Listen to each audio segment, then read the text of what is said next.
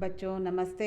हम भारत एक सामान्य परिचय पढ़ रहे थे इसके पहले वाले वीडियो में, जिसमें हमने उपद्वीपीय बनावट और विविधता में एकता, इसके अलावा भारत की स्थिति तथा विस्तार, उसके पड़ोसी देशों के नाम और उपद्वीपीय महाद्वीप उपद्वीपीय महाद्वीपीय बनावट, और ये है भारत की जो मानचित्र है जिसमें हमने इसमें अक्षांश व देशांतर रेखाएं, इन सब के बारे में हमने पढ़ा।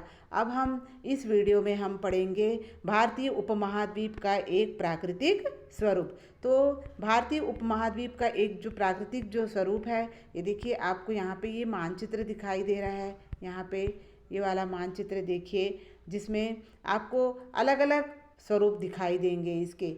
कोई एक यहाँ पे धनुषाकार है, फिर इसकी ये बीच का भाग है, इसमें पूरी इसकी जो महाद्वीपीय बनावट है आपको अलग अलग दिखाई देगी। तो भारत की जो संरचना है, शैल समूह है, भू आकृति है, इन सब की भिन्नता के आधार पर भारत को 5 भागों में बांटा है। तो पहला है उत्तर तथा उत्तर पूर्वी पर्वतमाला, दूसरा है उत्तर का विशाल मैदान, तीसरा है प्रायद्वीपीय पठार, और चौथा है समुद्र तटीय मैदान और द्वीप समूह, और पांचवा है भारतीय मरुस्थल। अब हम इस वीडियो में भू आकृतिक विभागों का अलग अलग से अध्ययन करेंगे। तो सबसे पहला जो भाग है वो है उत्तर तथा उत्तर पूर्वी पर्वतमाला। ये देखिए, ये जो मानचित्र दिखाई दे रहा है भारत का, ये प्राकृतिक मानचित्र है।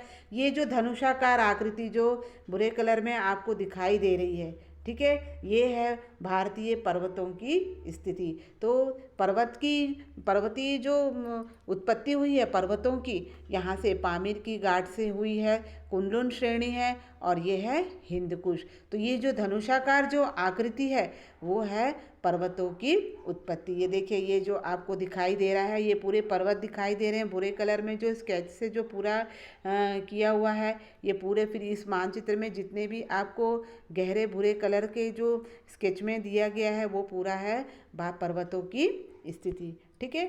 तो अब हम पढ़ेंगे हिमालय पर्वत की उत्पत्ति किस प्रकार हुई। तो पृथ्वी की किसी भी भूभाग की धरातलीय बनावट और स्थलाकृतियों के बनने में पृथ्वी की दो प्रमुख शक्तियों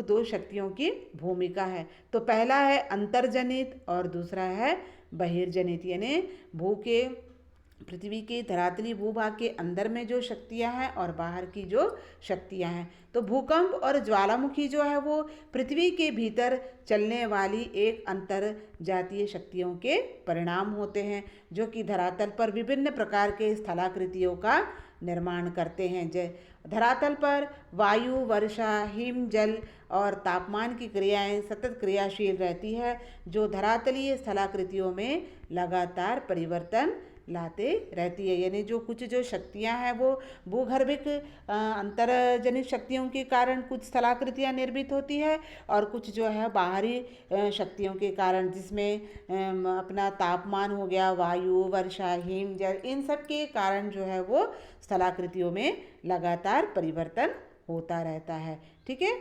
चलिए आगे हम लोग उसको पढ़ेंगे।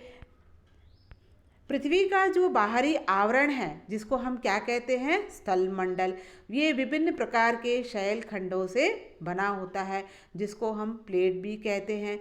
तो ये जो पृथ्वी का धरातल है प्रमुख 6 प्लेटों से मिलकर बना है और कई छोटे छोटे प्लेटों से मिलकर बना है, जिनमें से एक ऐसा प्रमुख प्लेट है वो है हमारा भारतीय प्लेट। ये जो प्लेट है भूगर्भिक बल के कारण लगातार सरकती रहती है, गतिशील होती है। लेकिन हमको ऐसा नहीं है कि सरकना ये नहीं है, बहुत दूरी तक, खूब दूर तक सरक रही, गतिशील हो रही है, हमें ये पता भी नहीं चलता है कि ये कितनी मंद गति से ये सरकती है। मतलब अगर हम इसकी कल्पना करेंगे तो वर्ष में केवल ये कुछ सेंटीमीटर ही खिसकती है। मतलब एक वर्ष में सिर्फ कुछ सेंटीमीटर, मतलब उतना ही वो सरकती है, ठीक है। तो ये देखिए, ये हमारा इसमें जो चित्र दिखाई दे रहा है आपको, ये हिमालय की चोटी है, ठीक है।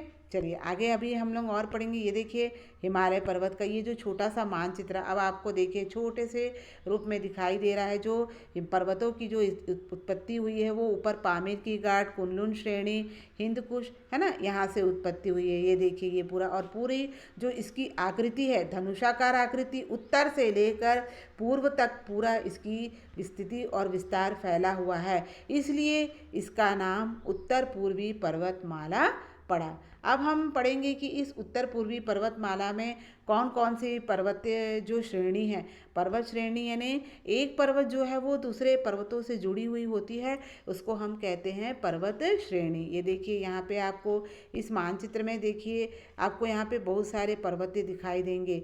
ये देखिए जास्कर श्रेणी है, लद्दाख श्रेणी है, ठीक है। ये देखिए हिमालय शिवालिक श्रेणी है। ये देखिए यहाँ पे आपको इस मानचित्र में आप देखिए माउंट एवरेस्ट है, कंचनजंगा है, ये सब जो है पूरी पर्वत मालाएं हैं। एक पर्वत जो है वो दूसरे पर्वत श्रेणियों से जुड़ा हुआ है। तो और इन सब पर्वत श्रेणियों की जो ऊंचाई है वो अलग अलग है। जैसे माउंट एवरेस्ट की जो ऊंचाई है 8,848 मीटर ऊंचा है, यानी हम जब परीक्षा में देते हैं तो वहाँ पे खालिस्तान आता है, उस खालिस्तान में आपको इन पर्वतों की ऊंचाई जो है वो आपको इसमें पूछा जाता है। तो ये इसको आपको याद रखना है, ठीक है। इसके बाद में फिर देखिए यहाँ पे एवरेस्ट है, मकालू है, कंचनजंगा है, ये सब जो है आपको अलग अलग पूरी पर्वत श्रेणियाँ आपको इसमें दिखाई देंगी। ये जो धनुषाकार आकृति दिखाई दे रहा है, तो सबसे पहला जो भाग है वो है हमारा पर्वतों की स्थिति, पर्वतीय भाग है। ये देखिए पूरा, ठीक है। यहाँ पे देखिए इसमें आपको हर पर्वतों की जो है वो आपको अलग अलग इसमें उसकी ऊंचाई जो है दिखाई देगी। आगे हम इसके बारे में विस्तृत रूप से और अगली वीडियो में अध्ययन करेंगे। धन्यवाद।